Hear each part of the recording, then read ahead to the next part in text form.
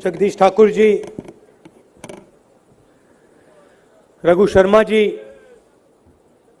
Stage पे Congress party के वरिष्ठ नेता,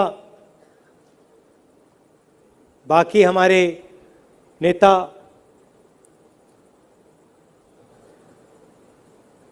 आप सबका यहां बहुत बहुत स्वागत।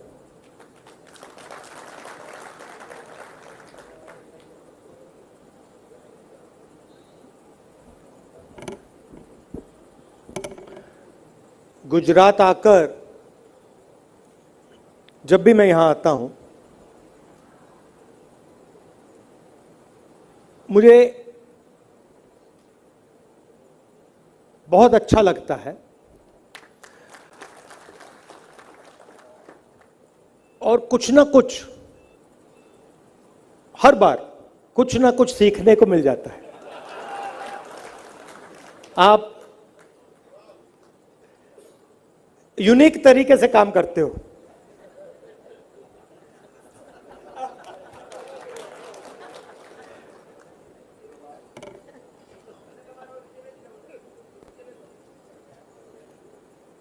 यूनिक तरीके से काम करते हो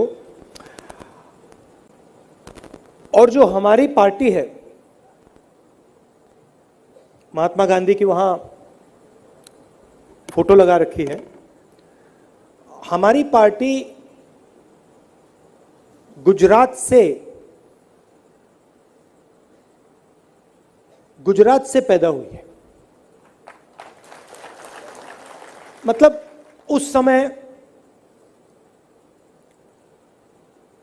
हर प्रदेश में कांग्रेस पार्टी उठी थी, मगर जो विचारधारा थी, जो डायरेक्शन थी, वो एक गुजराती ने दी थी। उसमें नेहरू जी थे, सरदार पटेल जी थे, सुभाष चंद्र बोस थे, बहुत सारे लोग थे, मगर जिसको स्ट्रेटेजिक डायरेक्शन कहते हैं, वो महात्मा गांधी ने दी थी। और बाकी लोग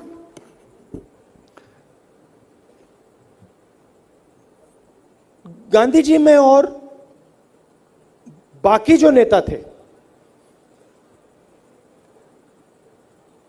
उनमें एक बहुत बड़ा फर्क था।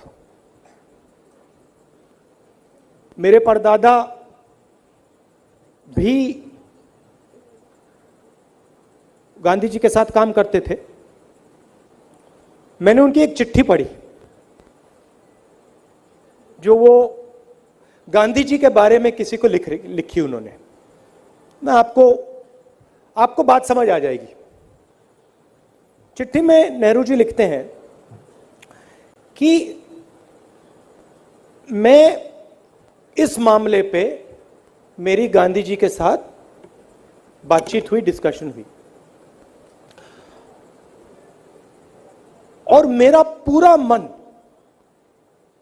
मेरी पूरी लॉजिक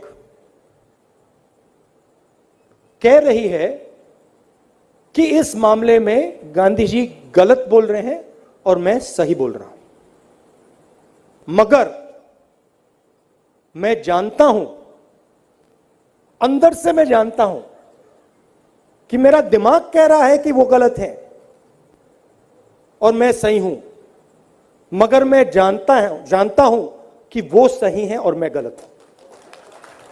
मुझे बात समझ नहीं आ रही है क्यों। मतलब वो दूसरी लेवल पे बात कर रहे हैं, मैं दूसरी लेवल पे बात कर रहा हूं। मुझे लग रहा है कि वो गलत है, लॉजिकली मुझे लग रहा है कि गलत है, मगर पता नहीं कहां से फीलिंग आ रही है कि वो ही सही है। मतलब आपने आज, मैं जब मंदिर गया तो वहां पुजारी जी ने मुझे भी कहानी बताई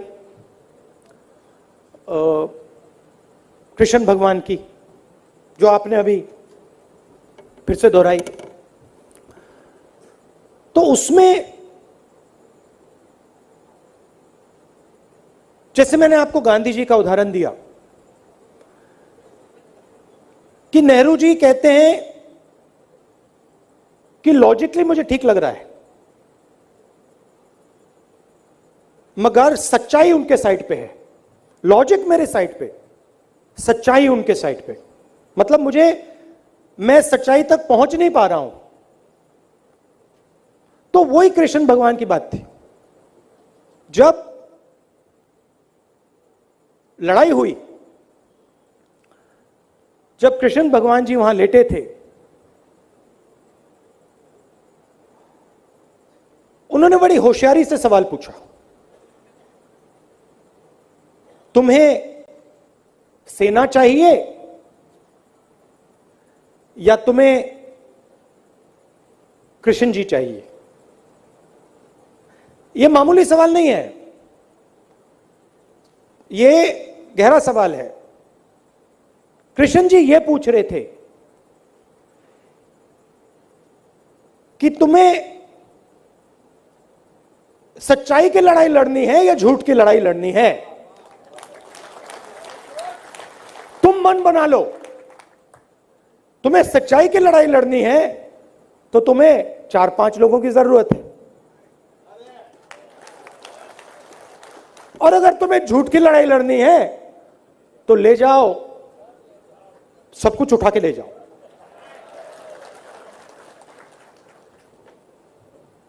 सौ भाई चाहिए वो ले लो, हथियार चाहिए वो भी ले लो। अब उस दिन नहीं थे, बट जो भी है, हेलीकॉप्टर, हवाई जहाज,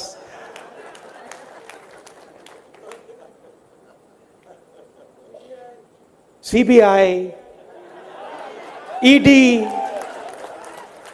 मीडिया, पुलिस,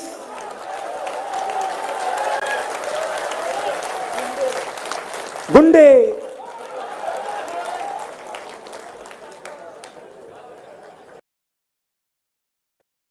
हर रोज कोई ना कोई नया कपड़ा। तो गुजरात हमें यह सिखाता है कि एक तरफ सत्ता हो, सीबीआई हो, ईडी हो, कौरव हो, कुछ फर्क नहीं पड़ता, वो माया है।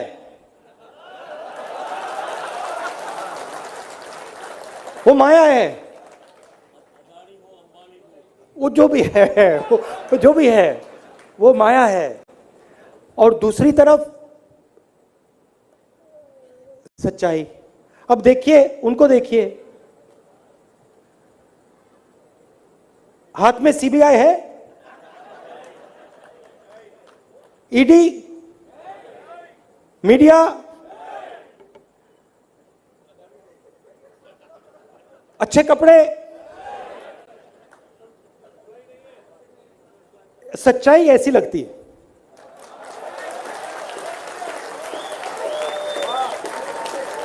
सच्चाई बड़ी सिंपल होती है, सिंपल होती है। अब सुनिए, तो गुजरात ने सिर्फ हमें नहीं, कांग्रेस पार्टी को तो गांधी जी दिए, रास्ता दिखाया, मगर गुजरात ने ये जो सोच है, शायद आज गुजरात के लोगों को भी नहीं मालूम कि आपने कहां कहां तक इसको फैला दिया। नहीं, आपको नहीं मालूम, मैं आपको बताता हूं।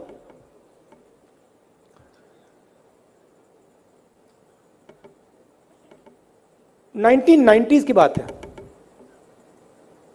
मैं 19-20 साल का था उस समय, और मैं ये कांग्रेस पार्टी से नहीं कह रहा हूं, मैं गुजरात के हर युवा से कह रहा हूं, आप सबको यह सुनना चाहिए। यह भाषण इनके लिए है मगर आपके लिए भी है। मैं गया साउथ अफ्रीका। आप लोग अभी कहा किसी ने कि थोड़ी मायूसी है, तो उसको मिटाने के लिए मैं ये आपको समझा रहा हूं, बता रहा हूं। मैं जानता हूं कांग्रेस पार्टी में मायूसी कैसे मिटती है, समझता हूं। तो मैं गया साउथ अफ्रीका, वहां पे सोनिया जी थी, प्रियंका थी, मैं था। पापा के असैसिनेशन के बाद मंडेला जी ने हमें साउथ अफ्रीका बुलाया था। साउथ अफ्रीका में जो अपार्थाइड की सरकार थी उसको हटा दिया गया था। तो मंडेला जी ने हमें बताया कि थोड़ा बता रहे थे, लड़ाई के बारे में बता रहे थे, और उन्होंने बताया कि मैं 26 साल जेल में रहा। 26 साल मुझे वो तंग करते थे, कंटिन्यूअस, मतलब ये नहीं कि 2 साल अंदर फिर 2 साल बाहर, 26 साल डायरेक्ट सीधा खट। और सॉलिटरी कन्फाइनमेंट में 7-8 साल। तो मैं सुबह उठता था और दिन भर जेल में रहता था। तो मैंने कहा कि जेल में आप इतने साल रहे, आप अकेले रहे, आपको शक्ति कहां से मिली? मुझे कहते मैं तो अकेला था ही नहीं। मैंने कहा आप अकेले नहीं थे? आपने कहा आप तो सॉलिटरी में थे। सॉलिटरी में तो था। तो फिर मैंने कहा कैसे हो सकता है, आप सॉलिटरी में थे और अकेले थे? अकेले नहीं थे। कहते नहीं, मेरे साथ सॉलिटरी जेल में महात्मा गांधी बैठे थे। तो देखिए यहां पे गांधी जी की फोटो है, साउथ अफ्रीका की सरकार को गिरा दिया। साउथ अफ्रीका की सरकार को जाके लुढ़का दिया। और आप मुझे कह रहे हो कि गुजरात की सरकार को नहीं लुढ़का सकते? पिछली बार मैं आया यहां, हमारे जो चलो सीनियर नेता कह लो, उन्होंने मुझे कहा पहली मीटिंग में, बहुत मुश्किल चुनाव है। बोला नहीं मैंने कुछ, बहुत मुश्किल लड़ाई है। ठीक है, कितनी सीटें आएंगी? 40-45 सीट आएंगी पक्का। हाँ, 40-45 सीट आएंगी। चुनाव चलता गया, वही नेता मेरे पास आए, कहते हैं माहौल तो बन रहा है, माहौल तो बन रहा है, चेंज तो आ रहा है, कुछ ना कुछ तो हो रहा है। और अंत में आपने 12 कहा, हम 6 सीटों से चुनाव हारे, 7 सीटों से।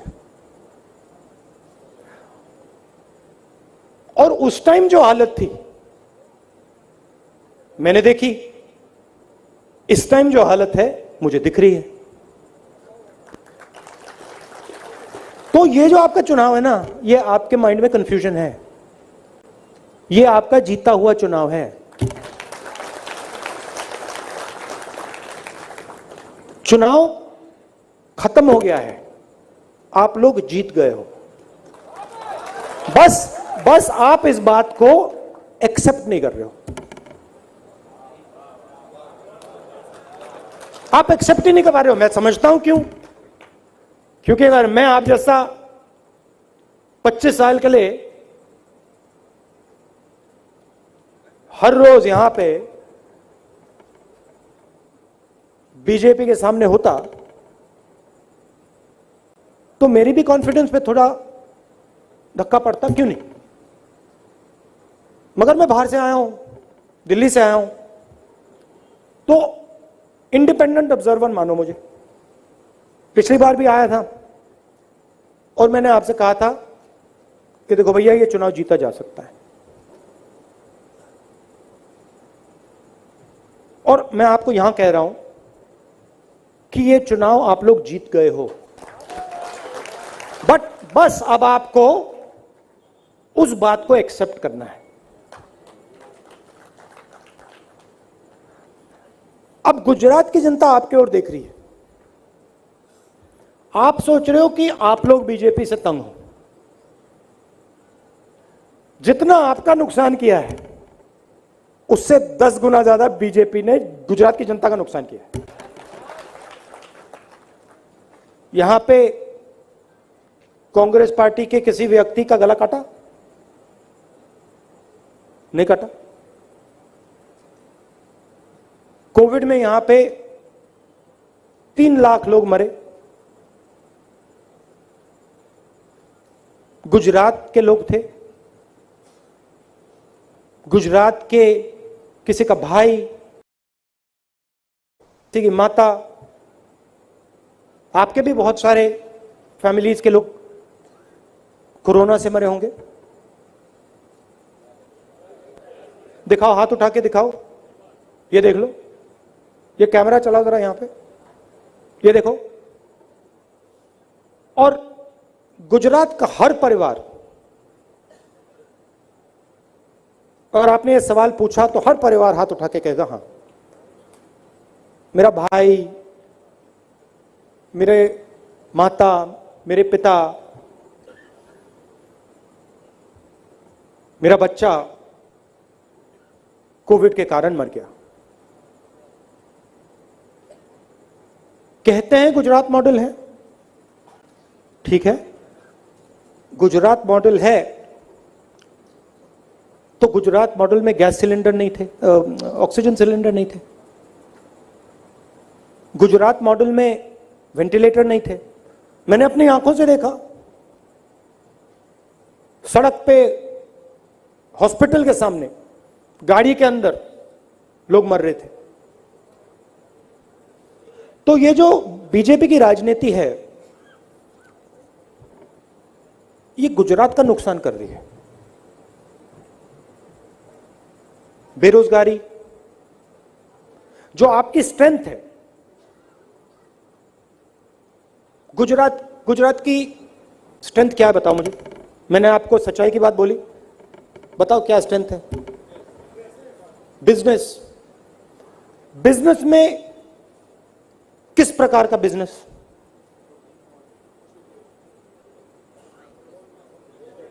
छोटे, स्मॉल और मीडियम, ये गुजरात की स्ट्रेंथ है। स्मॉल और मीडियम बिजनेस को नरेंद्र मोदी जी ने क्या किया?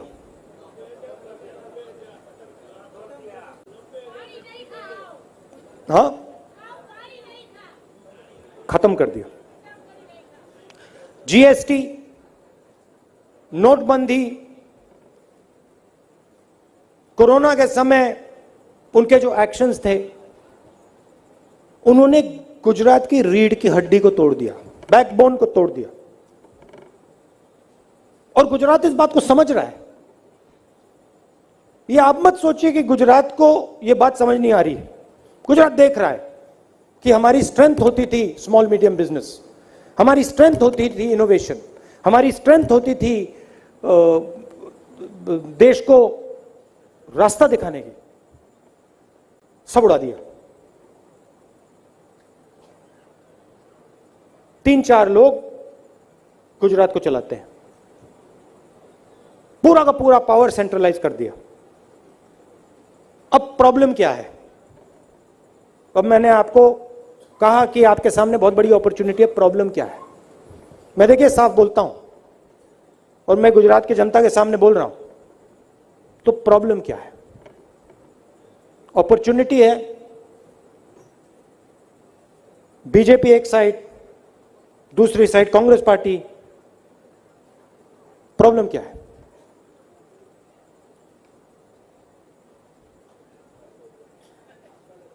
नहीं नहीं, जोर से बोलिए। हाँ, प्रॉब्लम यह है कि जब गुजरात की जनता कांग्रेस की ओर देखती है तो उनको 2 क्लियरली कांग्रेस क्या करना चाहती है, उसको कैसे करना चाहती है और उसको कौन लोग करेंगे वो पहचान नहीं पा रहे। वो हमारे ओर देखते हैं, कहते हैं यार कांग्रेस पार्टी को जिताना तो चाहते हैं हम, मीडिया उनके साइड है तो थोड़ा कंफ्यूजन रहता है, पूरा मीडिया उनके बारे में बोलता है, हमारी बुराई करता है 24 घंटे। तो वो कंफ्यूजन हमें क्लियर करना है। कांग्रेस क्या करेगी, कैसे करेगी और कांग्रेस पार्टी में कौन कौन लोग इस काम को पूरा करके दिखा देंगे। अब इसमें दूसरा सवाल उठता है, कंफ्यूजन कहां से आता है। कंफ्यूजन एक बार फिर सच्चाई की ओर चले जाते हैं, महात्मा गांधी की ओर चले जाते हैं, कृष्ण भगवान की ओर चले जाते हैं। करता कौन है, बोलता कौन है, इसमें डिस्कनेक्ट है कांग्रेस पार्टी में। एक तरफ वो लोग जो 24 घंटा लगे रहते हैं, जमीन से जुड़े हैं, बीजेपी से लड़ते हैं, लाठी खाते हैं, और दूसरी तरफ बहुत सारे लोग जो एसी में बैठते हैं,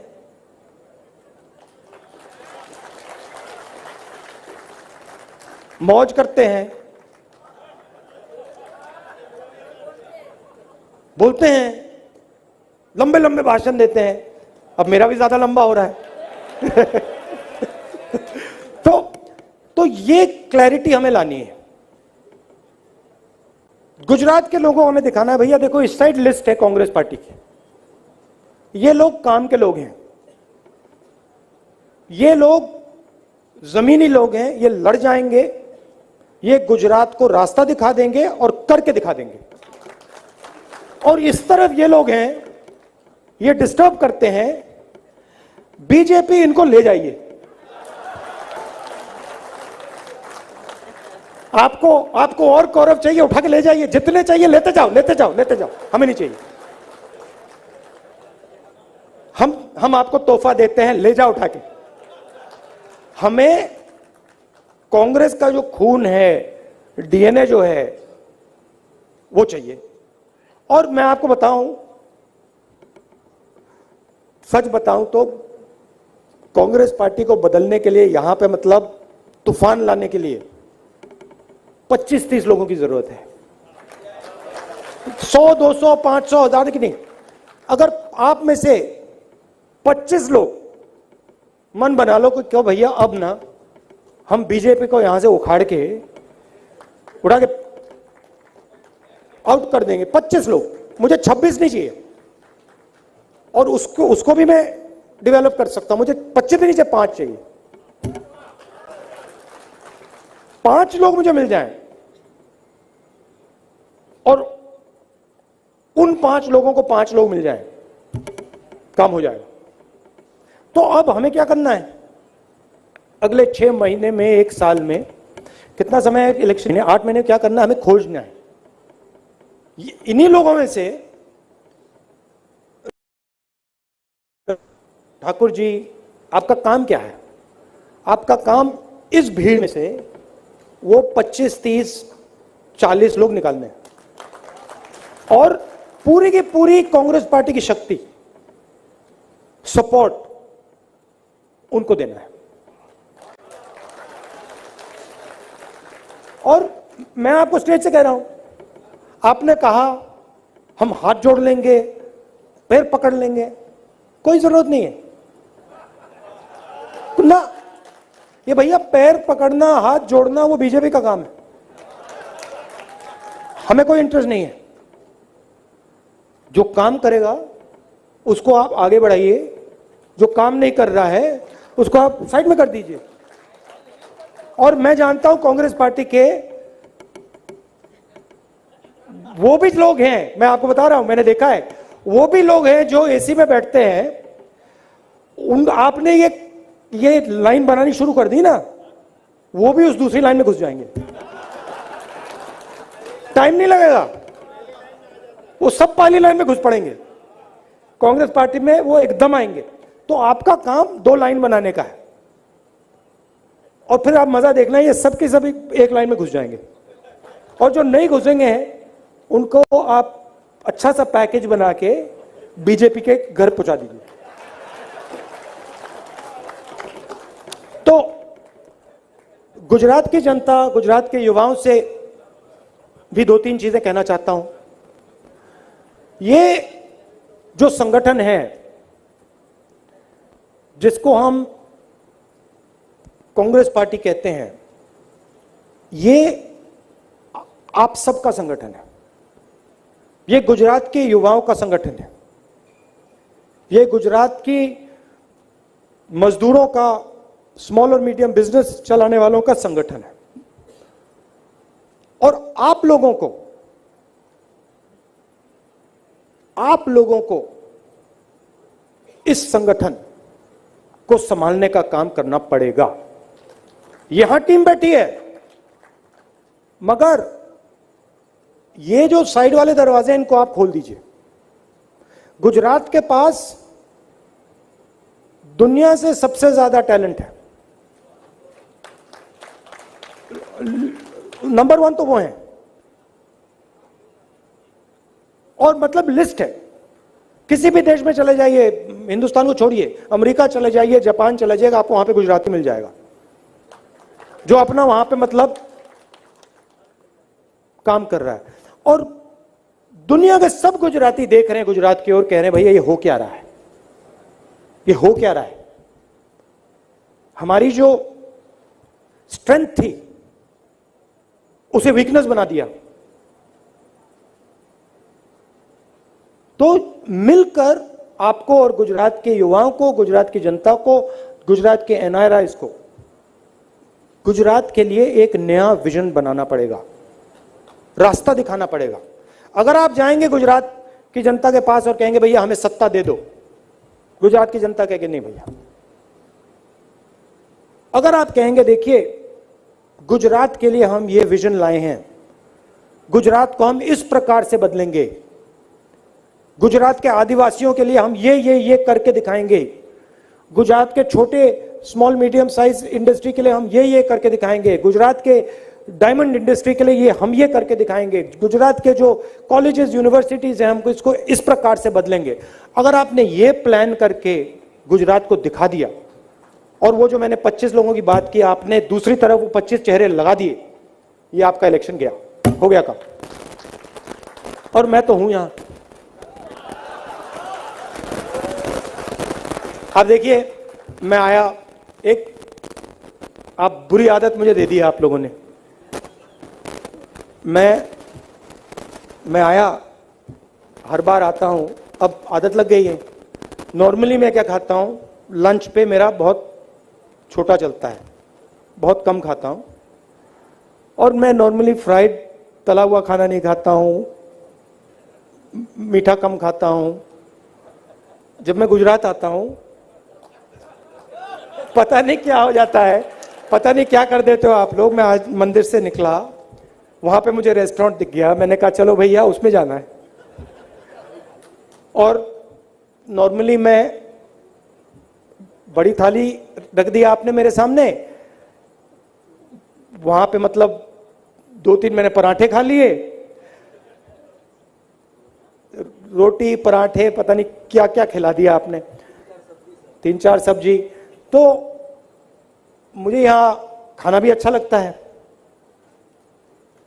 गुजरात के लोग भी अच्छे लगते हैं, आपसे सीखने को मिलता है।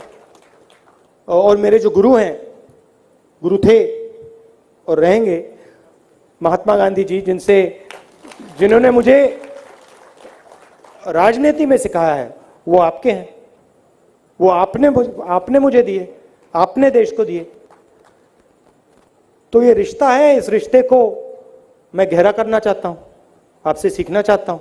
तो जब भी आप चाहो जहां भी आप मुझे ले जाना चाहो, बस बुलाने की जरूरत है, मैं हाजिर हो जाऊंगा।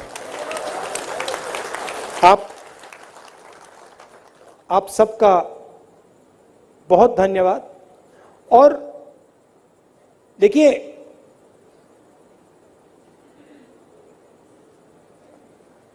लड़ाई खत्म होने से पहले मैं आपसे एक ही चीज मांगता हूं, दो चीजें नहीं मांगूंगा, एक चीज मांगता हूं। लड़ाई खत्म होने से पहले हार कभी नहीं माननी चाहिए। लड़ाई के बाद जितनी हार मानना चाहते हो मान लो। इलेक्शन की डेट कब है? 10 दिसंबर से पहले कोई भी कांग्रेस का कार्यकर्ता, कोई भी कांग्रेस का नेता हार नहीं मानेगा। ये आप मुझे दे दो, ये दे दो, और मैं आपको कह रहा हूं कि आपका चुनाव आप लोग जीत गए हो।